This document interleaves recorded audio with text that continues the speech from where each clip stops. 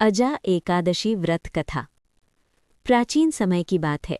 एक चक्रवर्ती राजा थे जिनका नाम हरीशचंद्र था। वे सत्यवादी, धर्मनिष्ठ और अपनी प्रतिज्ञा पर अडिग रहने वाले राजा थे।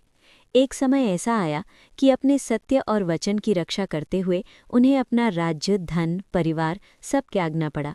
वे अपनी पत्नी और पुत्र से अलग हो गए और जीवन में बहुत कठिन परिस्थितियों का सामना करने लगे।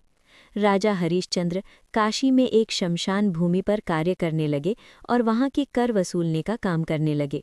उनकी पत्नी चंद्रमती भी अपने पुत्र के साथ अत्यंत कठिन जीवन जी रही थीं और दासियों के रूप में काम कर रही थीं। एक दिन उनका पुत्र अचानक सर्पदंश से मृत्यु को प्राप्त हो गया। इस दुख से दोनों अत्यंत व्याकुल हो गए।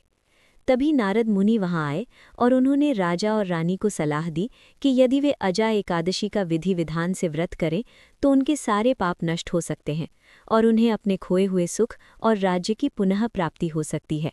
राजा और रानी ने श्रद्धा और विश्वास के साथ भगवान विष्णु की पूजा करते हुए ये व्रत किया।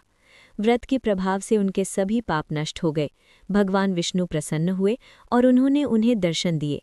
भगवान की कृपा से राजा हरीशचंद्र को उनका राज्य, परिवार और सुख पुनः प्राप्त हुआ और उनका जीवन फिर से आनंदमय हो गया।